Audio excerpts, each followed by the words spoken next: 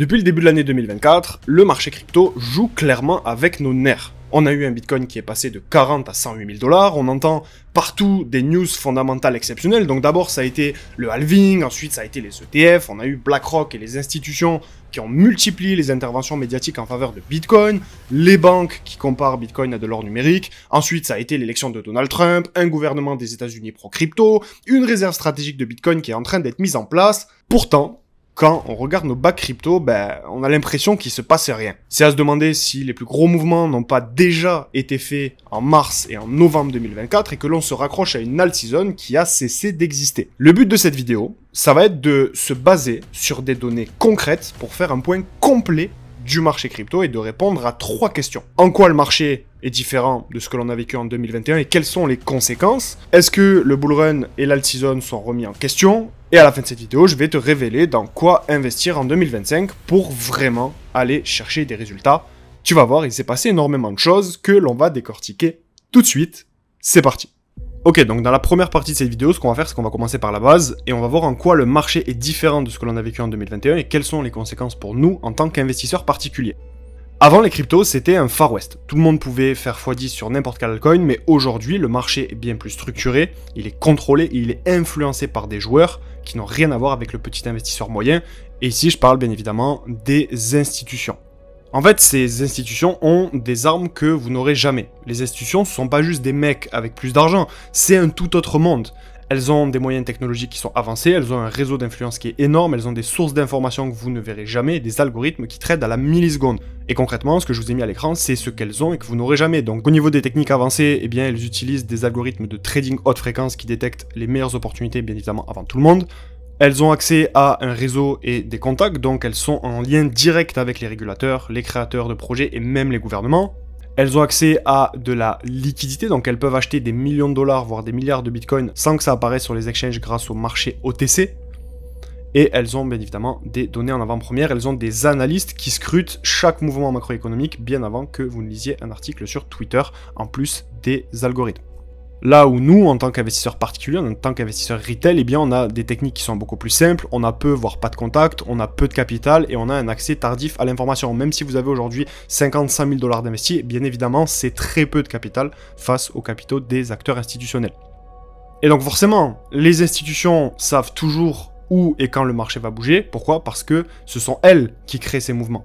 Elles accumulent en silence pendant des mois, pendant que les médias répètent que le marché est mort, et puis une fois qu'elles ont pris position, eh bien elles lancent une vague médiatique ultra positive, les médias, les banques, les analystes se mettent soudainement à parler du Bitcoin comme l'or numérique, et résultat, le retail arrive en panique et achète au sommet, ou alors achète en retard par rapport à ces institutions-ci. Et pour ça, on peut prendre un exemple très concret, prenez les ETF Bitcoin. Depuis janvier 2024, BlackRock et Fidelity accumulent des milliards, pendant que la majorité du retail attend un signal pour rentrer.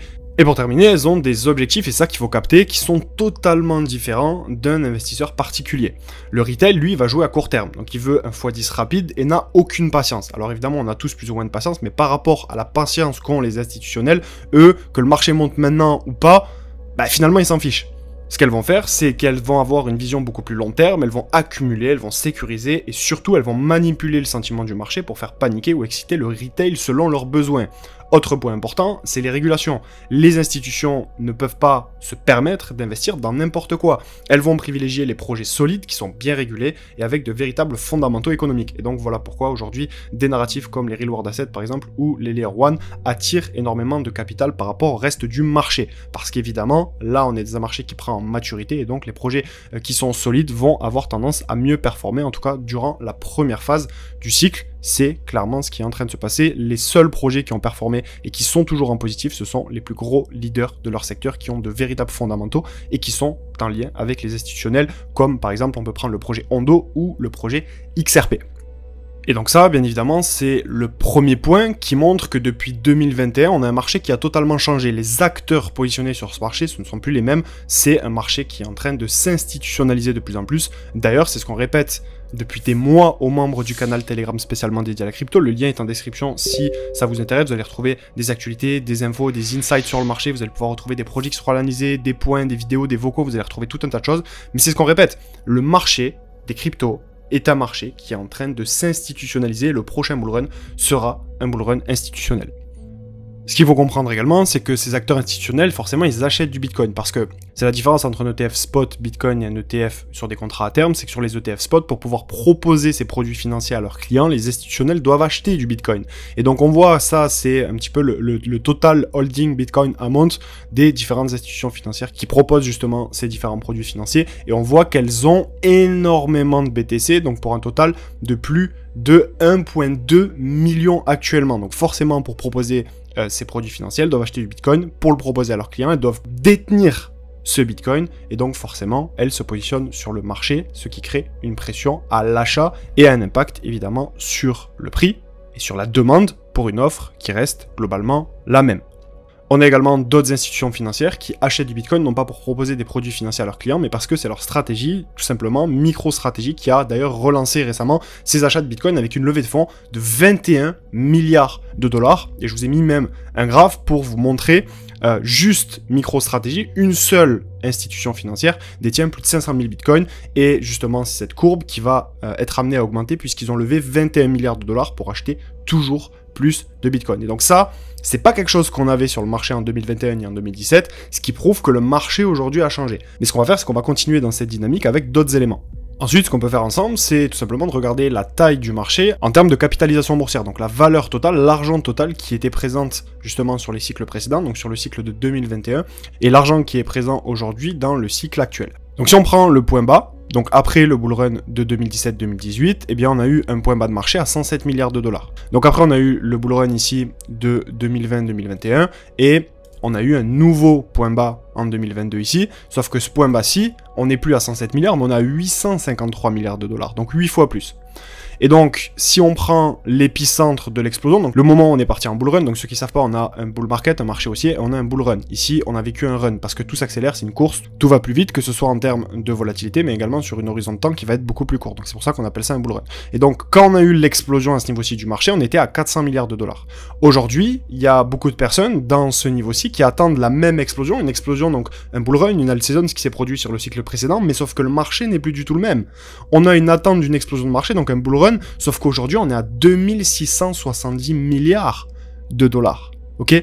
Donc, on a 6,6 fois plus d'argent qu'en 2020, justement, au moment où le marché s'est mis à exploser. Et donc, forcément, si on a plus d'argent, ça réduit la volatilité, et donc tout va prendre plus de temps, et c'est pour ça que le marché actuellement n'explose pas. C'est parce qu'il faut beaucoup plus d'argent pour le faire partir à la hausse. Et ça, malheureusement, il y a énormément de personnes qui ont tendance à l'oublier ou à le laisser de côté dans le cadre, justement, d'une potentielle alt season ou d'un potentiel bull run. Autre élément qui me paraît super important à mentionner, c'est également la volatilité. On vient de voir qu'il y avait plus d'argent sur le marché, donc forcément on a une volatilité qui est réduite. Ici, lors du premier cycle, on a eu une augmentation de 59 148%. Sur le deuxième cycle, on a eu une augmentation de 12 000%. Sur le troisième cycle, donc celui de 2021, on a eu une augmentation de 2107% au niveau du prix du BTC. Et donc sur ce troisième cycle, évidemment, on ne connaît pas encore le potentiel point haut d'un BTC sur ce cycle-ci, mais au moins là je vous ai affiché mes zones personnelles, donc vous n'êtes pas obligé de les suivre, c'est pas du tout un conseil d'investissement, c'est des zones qui moi me paraissent extrêmement cohérentes au niveau de tous les éléments que j'ai, et la vision qui m'est propre, et les convictions également personnelles qui me sont propres. Donc j'ai une première zone ici qui correspond à ma zone de prise de profit sur les altcoins quand Bitcoin sera dans cette zone-ci, donc entre les 122 000 et les 186 000 dollars. J'ai une deuxième zone ici entre justement les 186 000 dollars et les 255 000, et j'ai une troisième zone également ici entre les 255 et les 293 000 dollars. Alors évidemment, plus je vais avancer ici au niveau de ma prise de profit, et plus je vais diminuer la quantité de liquidités qui seront injectées sur le marché. C'est-à-dire que dans cette zone-ci, qui est la première zone, je vais prendre la plupart de mes profits. Cette deuxième zone, eh bien, je vais prendre encore plus de profits. Et là, dans cette zone-ci, dans la dernière zone rouge, vous voyez qui est, je vais clean le graphe, qui est bien moins importante que les autres, qui est bien plus resserrée, je n'aurai pratiquement plus aucun actif, plus aucun altcoin, plus aucune crypto-monnaie sur le marché. J'aurai sorti la majorité de mes positions. Mais le point que vous avez à retenir ici, ce ne sont pas mes zones personnelles au niveau de ma prise de profit et de mes convictions personnelles au niveau de BTC, c'est juste de savoir que la volatilité est en train de diminuer. Forcément, on a plus d'argent, la volatilité diminue, et donc c'est également un élément à prendre en compte parce que c'est un élément qui va avec ce que je vous expose depuis le début de la vidéo, c'est-à-dire que le marché aujourd'hui n'est plus du tout le même qu'en 2021. On peut regarder également le nombre de tokens. Alors évidemment, j'aurais pu me mettre sur Solana. Vous voyez, là, on n'est que pratiquement sur du même coin. Donc ce que j'ai fait, c'est que j'ai placé uniquement les projets sur Ethereum parce que pour moi, tous les projets les plus solides de l'écosystème actuellement, en tout cas 80%, sont sur Ethereum et ça nous permet d'avoir une data fiable sur laquelle nous baser. Mais on voit très clairement que en 2017-2018, il y avait très peu de tokens. Vous voyez, on était ici à peu près à 30 000 tokens. Ici, sur le bull run de 2020-2021, ben, on est monté jusqu'à 260 000 tokens. Sauf qu'aujourd'hui, sur Ether, ce qu'il faut capter, c'est qu'il y a plus d'1 million de tokens. Donc forcément, il y a de plus en plus de projets, il y a de plus en plus de pitch. En fait, les projets, les entreprises qui développent des projets crypto sur la blockchain, ils essayent de nous pitcher constamment. Donc on a constamment du bruit, on a constamment des personnes qui analysent ces projets-ci, qui les partagent sur les réseaux sociaux. Et finalement, plus on avance, plus la qualité marketing est élevée. Qu'est-ce que ça veut dire? Ben, ça veut dire tout simplement que c'est de plus en plus difficile d'investir sur les crypto-monnaies vraiment qui vont venir chercher de la performance. Et encore une fois, il y a deux types d'investisseurs. Il y a celui qui attend une alt season et il y a celui qui se place sur les bons projets justement, qui est d'alt season ou pas. Ce deuxième investisseur, il s'en moque. Pourquoi? Parce qu'il va se placer uniquement sur les projets, puisqu'il a énormément de data, il a de l'expérience, il a de la connaissance, et il a des compétences sur le marché qui lui permettent d'investir uniquement sur les projets qui vont performer. Et après, il y a ceux qui attendent l'alt season indéfiniment et qui vont investir sur des tout petits projets, une grosse partie de leur capital, qui vont avoir des wallets qui vont avoir 30 ou 40 lignes, qui vont investir un petit peu n'importe comment et qui vont se dire quand est-ce que l'alt season arrive, quand est-ce que le bull run arrive, parce que moi je veux que mes tout petits projets prennent en valeur. Sauf que malheureusement, encore une fois, on est sur un marché qui a changé, on peut plus se comporter comme en 2021. Et je vous ai pris l'exemple justement de 4 projets, donc des projets qui, encore une fois, peuvent paraître à première vue solides, mais là je vous ai pris effectivement que des tout petits projets, des projets vraiment faiblement capitalisés, et vous voyez que grosso modo au niveau marketing, vous voyez ça c'est un projet français. Alors si vous avez ces tokens-ci, c'est un hasard, je les ai pris totalement au hasard, c'était juste pour illustrer un propos, et si vous en avez, ça veut pas forcément dire que ces projets vont performer ou vont sous-performer. L'idée c'est de vous montrer que le marketing sur des tout petits projets est quand même d'un niveau assez qualitatif, et ça nous donne envie d'investir dedans. Donc ici on a Vicelian, donc c'est un fonds d'investissement dans la crypto. Vous avez une entreprise qui, pourquoi pas, décide de proposer une solution pour tokeniser des arbres sur la blockchain. Donc pareil, pour en faire un petit peu des matériaux, et ça vous permet de générer du rendement, donc pour l'intérieur des yachts, pour les instruments de musique, pour justement les meubles, etc. Vous avez un autre projet que je vous ai mis ici, qui est un projet pareil qui veut tokeniser de l'eau, donc pourquoi pas, encore une fois, mais si vous voulez, il y a de plus en plus d'initiatives, d'idées, et c'est ça que je voulais mettre en avant. Il y a de plus en plus de marketing de qualité, et forcément c'est beaucoup plus difficile de savoir dans quel projet investir si on n'a pas les compétences pour aller faire de l'analyse de projet justement. Et je vous ai pris un dernier projet qui est basé également sur de l'IA, mais vous voyez, grosso modo, c'est des sites qui sont assez propres, c'est un marketing qui est assez poussé, et encore une fois, le marché n'est plus le même qu'en 2021, encore une fois, les particuliers vont avoir de plus en plus de mal à sélectionner les bonnes opportunités. D'ailleurs, j'en profite, n'hésitez pas à rejoindre le canal Telegram spécialement dédié à la crypto si vous avez besoin de conseils, d'aide ou de valeur au quotidien. On a des actualités, on a les conseils du lundi, on a les vocaux, on a vraiment tout un tas de choses qui vont vous être apportées dans le canal Telegram. C'est totalement gratuit, le lien est en description de la vidéo. Et donc si vous vous reconnaissez dans ce type de personne qui a un peu du mal à analyser les fondamentaux d'un projet, ben justement c'est des sujets qu'on traite dans le Telegram, donc je vous invite à le rejoindre. Un autre élément qui va énormément nous différencier par rapport à ce qu'on a vécu en 2021, c'est que le marché se professionnalise. Évidemment, c'est ce qu'on a vu avec les institutionnels, on a un marché qui prend en maturité, qui devient beaucoup plus professionnel et qui tend à devenir finalement comme un marché boursier. En bourse, vous avez pratiquement pas de hype. Vous avez quasiment 90% des performances sont basées sur des fondamentaux solides. Et c'est là où justement il faut capter ce qui se passe quand on a une institutionnalisation du marché. En 2021, on a des projets qui ont explosé, et pour la grande majorité, si on fait à peu près une moyenne sur les raisons de la performance de certains altcoins, et bien globalement c'était évidemment, c'était un marché particulier. Le particulier est toujours beaucoup plus émotionnel que l'institutionnel. Donc, c'était en grande majorité de la hype. Et il y avait une faible partie qui était basée sur des fondamentaux. Ceux qui étaient là lors du cycle précédent, évidemment, le savent. Ok ? On a énormément de projets qui n'avaient pas vraiment d'utilité, pas vraiment de fondamentaux, mais qui ont explosé complètement tous les scores via, non pas l'argent, la valeur qu'ils génèrent, mais via la hype qu'ils ont généré, notamment via des explosions de différentes technologies. On pense au métaverse, on pense au NFT. On rappelle que lors du dernier bull run, on a Facebook qui s'est renommé Meta, et donc toutes les crypto-monnaies liées au métaverse ont complètement explosé. Toutes les thématiques liées à la gamification, au métaverse, au NFT ont complètement explosé. On a des projets comme Axie Infinity, qui n'est pas un mauvais projet en soi, mais qui n'est pas un projet qui méritait plusieurs dizaines de milliards de capitalisation boursière qui ont complètement explosé. Et là, sur le cycle de 2025, vu que le marché se professionnalise, eh bien, on va avoir une inversion de tendance. C'est-à-dire que ce qui va primer, c'est plus la hype, mais ce sont les fondamentaux. Et ça, c'est une nuance quand vous êtes investisseur et vous captez ce truc-là, qui va avoir un impact énorme dans les décisions d'investissement que vous allez prendre. Et évidemment, ça implique une dernière chose, c'est que il va falloir de plus en plus que vous soyez en mesure d'analyser les projets. Et c'est pour ça que nous, on a toujours prôné d'ailleurs le développement de compétences, parce que, évidemment, plus le marché s'institutionnalise, plus vous devez être en capacité de comprendre ce qui se passe et de prendre vos propres décisions par vous-même et finalement pas compter sur la chance, sur une hype ou sur une all season. Et donc évidemment il y aura toujours de la hype parce qu'on est quand même sur le marché des crypto-monnaies, mais pour moi on va vraiment avoir une tendance qui va s'inverser. Vraiment les projets qui vont le mieux performer sont les projets qui auront de solides fondamentaux et qui vont apporter une véritable utilité dans le monde réel sur certaines thématiques et qui pour moi, si je peux vous apporter un élément de valeur en plus, sont liés aux institutionnels, donc tout ce qui est DeFi, Real World Asset, etc. On peut aller voir également du côté géopolitique et macroéconomique. Donc déjà au niveau géopolitique, également on n'est pas dans une sérénité absolue. Washington est devenu la cour de Néron, un empereur incendiaire, des courtisans soumis et un bouffon sous kétamine chargé de l'épuration de la fonction publique. Entre ce qui se passe du côté de la Russie et de l'Ukraine, Donald Trump qui essaye de régler le conflit, l'Europe qui n'est pas d'accord, en parallèle on a des droits de douane qui sont imposés un petit peu partout, notamment au Canada, l'Europe qui envisage de créer sa propre armée, et pour finir la Chine et les États-Unis qui continuent à se chamailler. Bref, ces événements illustrent un environnement géopolitique beaucoup plus complexe qu'en 2021, et ça augmente l'incertitude sur les marchés financiers. Et justement, c'est cette incertitude qui peut pousser les investisseurs à adopter des positions plus prudentes ou à se tourner vers des valeurs refuges comme l'or, d'ailleurs, qui a atteint un nouveau sommet historique, ce qui peut freiner l'investissement à court terme dans des actifs plus risqués comme les crypto-monnaies. Dernier élément qui pour moi est l'élément le plus important concernant la différence de contexte entre 2021 et aujourd'hui, c'est tout simplement le contexte macroéconomique au niveau des taux d'intérêt.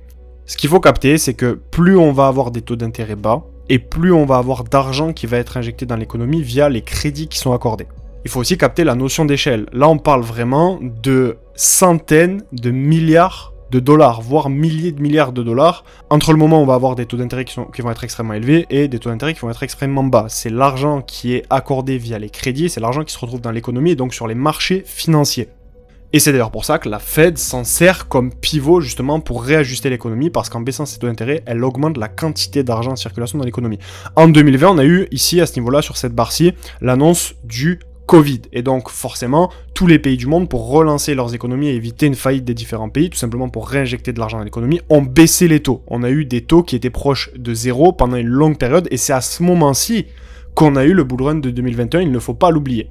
Suite à ça, on a les taux d'intérêt qui ont complètement explosé, qui ont remonté pour atteindre des taux très élevés, parce que forcément, quand vous injectez de l'argent dans l'économie, vous avez l'inflation qui augmente, et donc pour aller contre l'inflation, pour faire baisser l'inflation, on a augmenté les taux d'intérêt, ok ? Et la baisse des taux n'a commencé qu'à partir, justement, août 2024. Mais les niveaux de ces taux restent tout de même extrêmement élevés, et pour moi, on n'aura pas une explosion, justement, du marché, un bull run, une all season, tant qu'on aura des taux élevés aussi hauts. La Fed a prévu et a annoncé, justement, qu'elle baisserait ses taux d'intérêt, mais qu'elle n'était pas pressée pour le faire. Ça veut dire que ça peut durer encore énormément de temps. Et c'est là où je fais un parallèle avec ce qu'on a vu dans la vidéo. On a un marché des crypto-monnaies qui est de moins en moins volatile parce qu'il représente beaucoup plus d'argent qu'en 2021. Ce qui veut dire qu'il faut beaucoup plus d'argent qu'en 2021 pour le faire bouger, ce qui veut dire que forcément, ces taux d'intérêt vont avoir un impact majeur sur la prise en valeur du marché. Tant qu'on n'aura pas des taux d'intérêt qui baissent, on n'aura pas une explosion, un bull run, une all season. Ça, c'est très important à comprendre. Et justement, la prochaine réunion de la Fed, donc la prochaine décision sur les taux d'intérêt aura lieu le 19 mars. Ok, donc c'est le FOMC qui aura lieu le 19 mars. On aura le temps de suivre ça. Évidemment, je vous partagerai les informations dans le canal Telegram spécialement dédié à la crypto. Mais quoi qu'il en soit, il va falloir quand même plusieurs mois avant qu'on retrouve justement des taux d'intérêt qui baissent. En tout cas, c'est la volonté de Donald Trump, c'est ce qu'il a exprimé. Donc, on s'attend à une baisse des taux. Mais pour l'instant, rien n'est pressé et donc ça peut se faire attendre. Et donc, on peut avoir encore un marché qui accumule, qui stagne pendant de nombreuses semaines et de nombreux mois. Mais quoi qu'il en soit, la situation économique qui prime sur le marché en lui-même est différente de ce qu'on a connu en 2021. Alors vraiment pour conclure cette partie-ci, cette première partie de vidéo, on va prendre un exemple concret. Imagine que tu es un investisseur immobilier. Tu as déjà 10 biens en location et tu maîtrises parfaitement ton marché. Donc, tu connais ta zone géographique, les prix au mètre carré, la fiscalité et ta capacité d'endettement. Tu as une stratégie qui est bien rodée et tu es prêt à répliquer le même modèle pour construire ton patrimoine avec 10 nouveaux biens. Mais voilà, en l'espace de 1 an, eh bien, plusieurs changements viennent bousculer ton marché. Les taux d'intérêt explosent, rendant le crédit beaucoup plus cher. Une nouvelle réglementation limite la location des passoires thermiques, rendant certains de tes biens inexploitables. Les prix des matériaux augmentent fortement, rendant les travaux bien plus coûteux à réaliser. Et pour finir, un nouvel impôt sur les résidences locatives réduit drastiquement ta rentabilité. Dans ce contexte, est-ce que tu penses que tu peux continuer à investir exactement comme avant ? Bien évidemment que non. Tu vas devoir adapter ta stratégie. Peut-être acheter des biens plus récents pour éviter les travaux, négocier différemment avec les banques ou explorer de nouveaux secteurs qui sont potentiellement plus rentables. Et bien en crypto, c'est exactement pareil.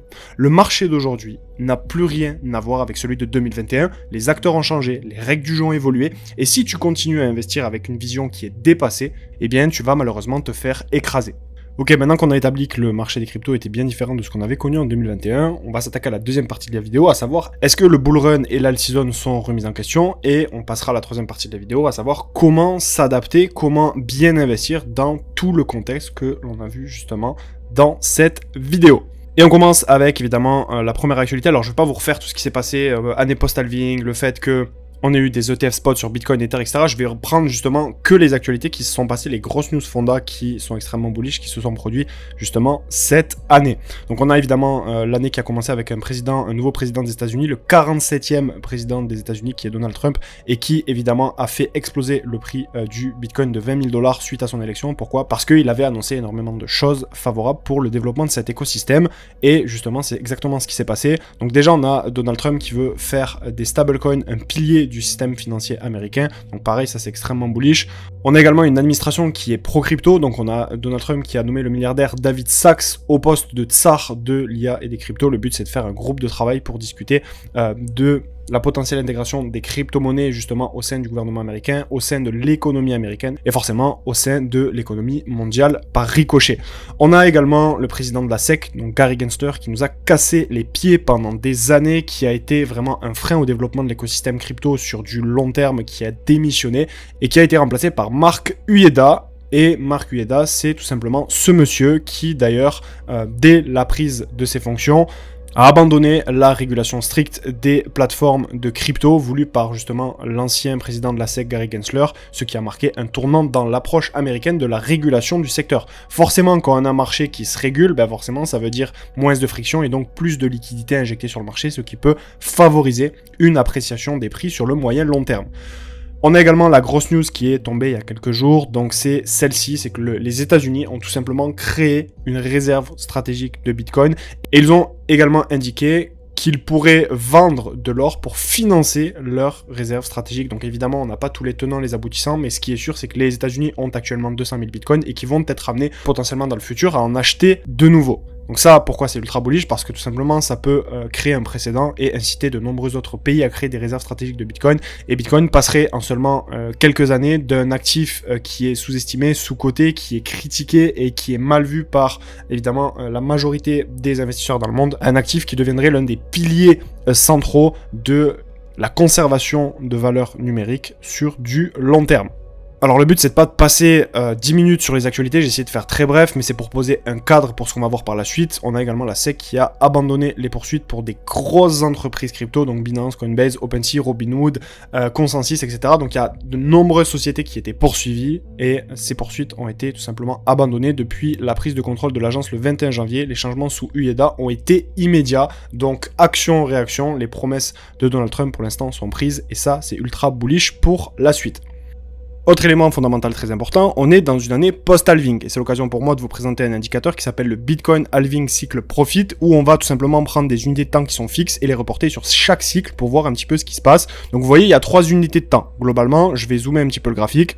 On a la première en verte qui représente les 40 semaines après le halving, la deuxième unité de temps qui est 80 semaines après le halving et la dernière unité de temps qui est 135 semaines après le halving. Et donc, qu'est-ce qu'on voit très clairement? On voit que entre 40 et 80 semaines ici, on a une zone qui est en train de se dessiner. Et simplement, c'est la zone la plus optimale pour prendre des profits sur le marché. Donc, vous voyez que cette zone verte est quand même relativement précise puisqu'on est pile poil entre les 40 semaines et les 80 semaines qui suivent le halving dans la zone d'ATH globalement pour le Bitcoin.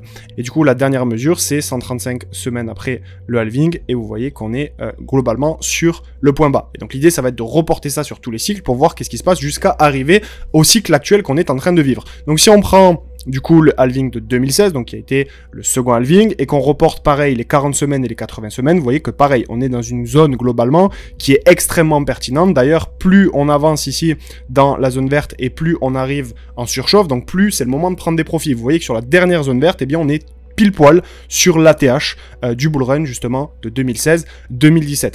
Et on vient pareil encore une fois reporter les 135 semaines qui est la troisième data temporelle à ajouter sur ce graphique, et vous voyez que 135 semaines après, eh bien pareil, on est sur le point bas. On va partir sur le cycle d'après, donc celui de 2021, et qu'est-ce qui s'est passé encore une fois?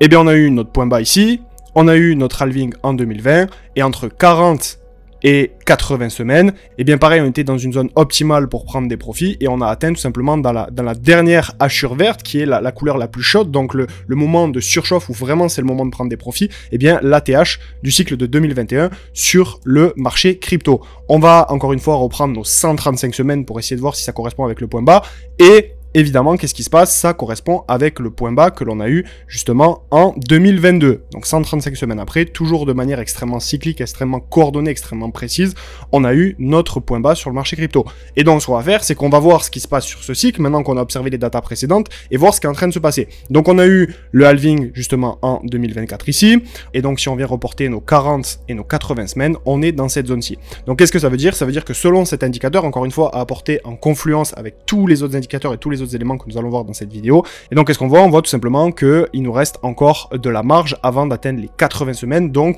qui est, d'après cet indicateur cyclique, encore une fois, la meilleure zone, la zone la plus optimale pour prendre des profits sur Bitcoin. Encore une fois, c'est pas parce que Bitcoin est au sommet que tous les altcoins vont chuter. Bien souvent, on tape un ATH sur Bitcoin et ensuite, on a quand même une certaine phase d'euphorie qui dure plusieurs semaines, plusieurs mois sur les alts, alors que Bitcoin vient de taper son plus haut. Donc qu'est-ce que ça veut dire? Ça veut dire que la correction qu'on est en train de vivre en ce moment n'est pas dramatique, puisque d'après cet indicateur, encore une fois, il nous reste encore de la marge pour arriver aux 80 semaines, et donc c'est dans cette zone-ci, je vais essayer de clean un petit peu le graphique, mais vous avez compris l'idée, c'est que dans cette zone-ci, ça va être la zone la plus optimale pour prendre des profits, et donc il nous reste encore de nombreuses semaines, de nombreux mois avant de pouvoir potentiellement y arriver, et donc d'après cet indicateur, on est très loin d'être sur un sommet ou un top de marché.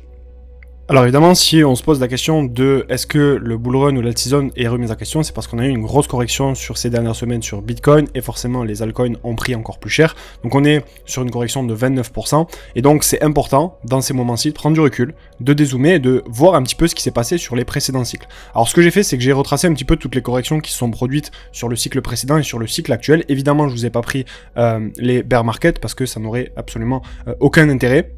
Et l'idée, c'est de voir si la correction qu'on est en train de vivre en ce moment peut annoncer des mauvaises choses pour la suite, et finalement, est-ce que ça pourrait dire qu'on a atteint un top de marché ou pas?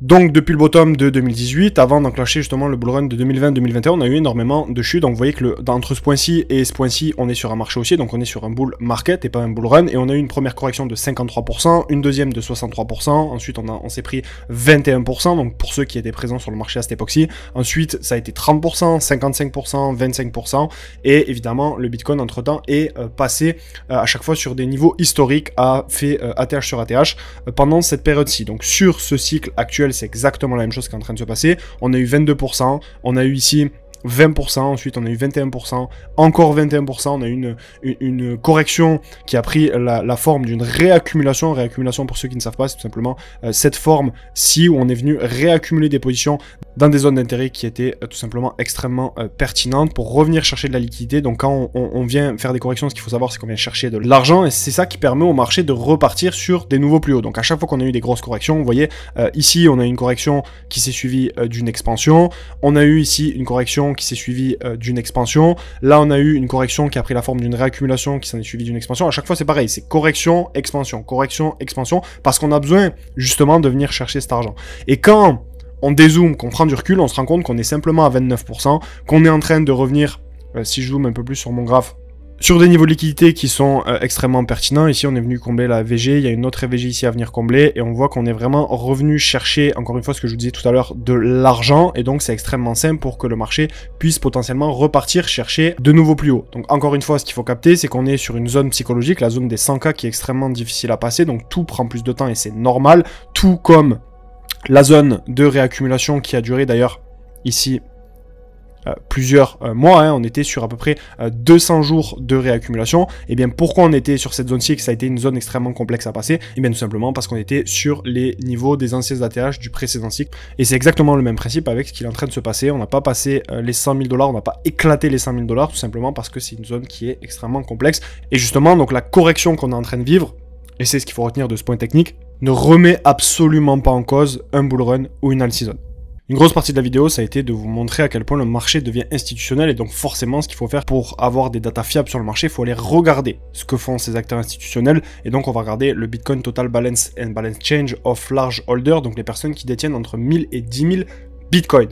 Et donc sur ce premier graphe, qu'est-ce qu'on voit? Très simplement, on voit que la quantité, donc là en violet vous avez la quantité, la balance totale hein, de toutes les personnes qui détiennent entre 1000 et 10 000 Bitcoin, on additionne tout ça, ça fait la balance totale, donc c'est la courbe violette qui évolue, et en blanc vous avez tout simplement le prix du BTC. Et on voit très clairement que depuis octobre, eh bien, on a une courbe qui ne fait que monter. Ok, donc c'est la courbe violette qu'il faut regarder ici, on voit tout simplement qu'elle est en pleine explosion, donc ça veut dire qu'il y a tout simplement de plus en plus de whales qui détiennent entre 1000 et 10 000 bitcoins, et qu'il y a tout simplement une quantité de bitcoins par les institutionnels qui sont accumulés de plus en plus. On va prendre maintenant le même graphe, et cette fois-ci, on va regarder avec le 30-day change, donc tout simplement les achats et les ventes qui ont été réalisés, et c'est là où c'est super intéressant.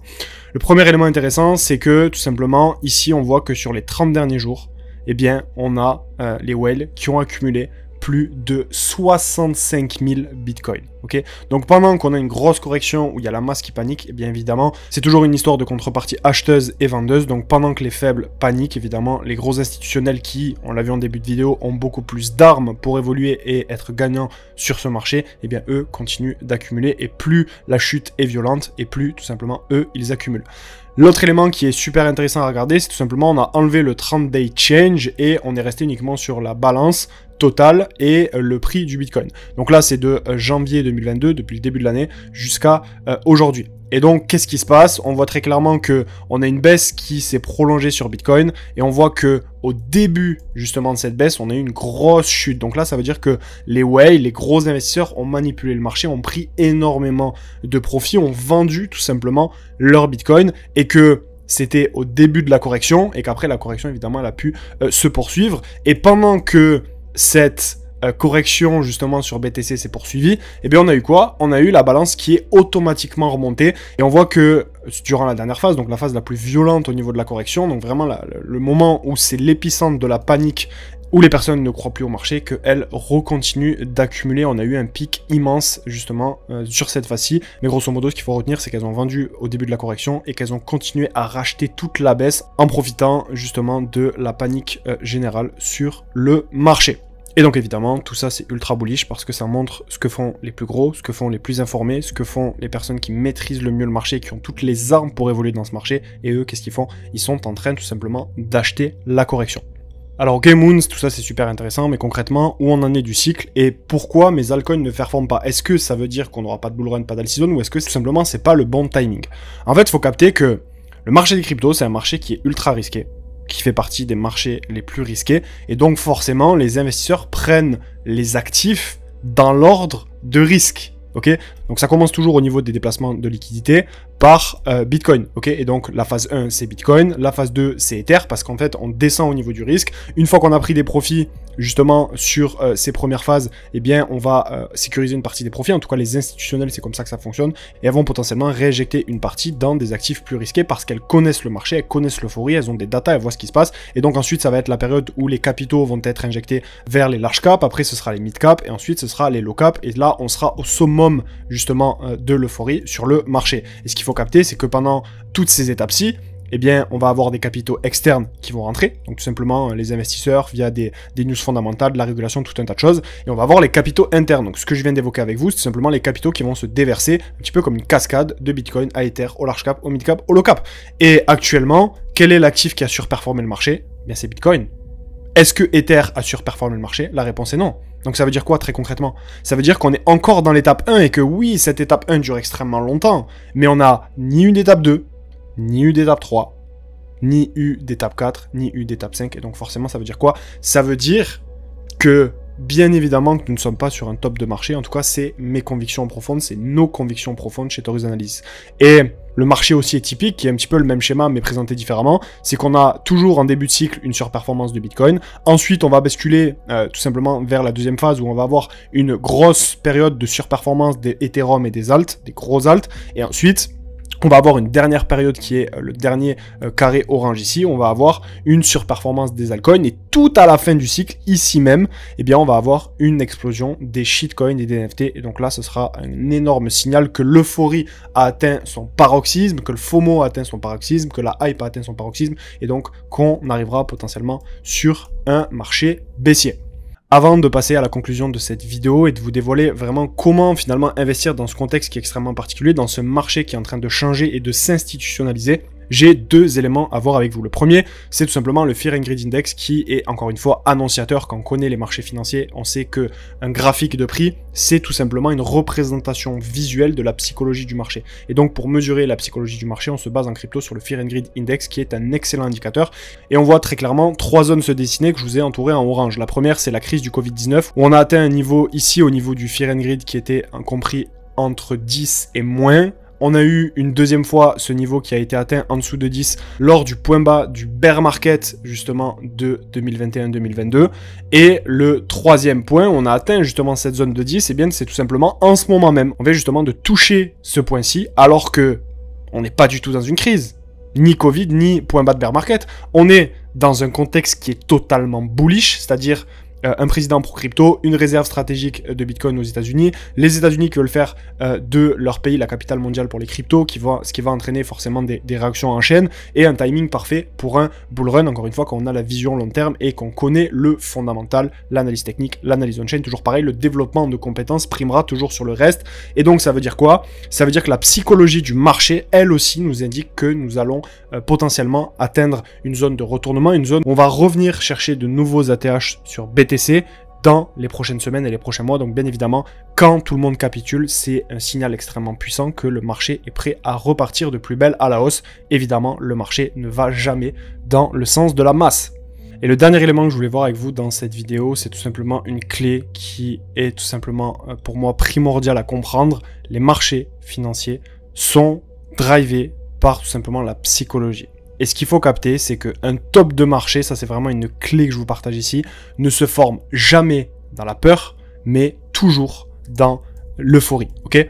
Et pourquoi je vous explique ça? Parce que si on prend ce qui s'est passé lors du bull run de 2021, eh bien en fait, contrairement à ce que beaucoup de gens pensent, la phase d'euphorie, elle se trouvait pas ici. La phase d'euphorie généralisée où tous les altcoins explosaient dans tous les sens. Elle se trouvait dans cette zone-ci.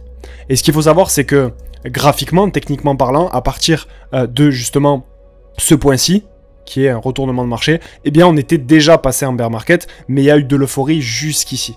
Ok? Et on avait encore des projets crypto qui explosaient dans tous les sens jusqu'ici. Et cette phase d'euphorie, elle a duré tout simplement 469 jours. Alors évidemment, certains ont connu le marché crypto dans un peu plus tôt ou un peu plus tard, mais la phase d'euphorie, clairement ce qu'on appelle le bull run, l'alt season, ça a duré pendant cette longue phase de distribution qui nous a préparé au bear market sur Bitcoin. Ok? Et est-ce que sur Bitcoin actuellement on a eu une phase d'euphorie qui partait dans tous les sens où vraiment c'était l'apocalypse sur le marché? Est-ce qu'on a eu une phase où l'euphorie s'est généralisée pendant des mois? Eh bien non. Ça, ce qu'on a eu là, c'est pas un top de marché parce que, encore une fois, je vais vous repartager la clé ici. Un top de marché ne se forme jamais dans la peur, mais dans l'euphorie. Et donc toute cette phase-ci, c'est simplement une phase d'accumulation. Tout le monde pensait qu'on allait partir to the moon et on est venu tout simplement liquider tout le monde, prendre de l'argent grâce à ces mèches-ci parce qu'on est revenu encore une fois dans des zones d'intérêt. Mais évidemment, on n'est pas, pour moi en tout cas, sur un top de marché. Je vous laisserai donner votre avis en commentaire parce que tout simplement, on n'a pas eu cette phase d'euphorie généralisée qui est vraiment la base sur un top de marché, sur n'importe quel marché financier et plus particulièrement sur le marché des crypto-monnaies qui est un marché totalement euphorique et irrationnel.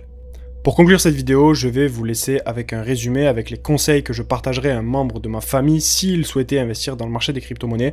Je lui dirai déjà que tout est une question d'échelle, que tous les projets ne se valent pas.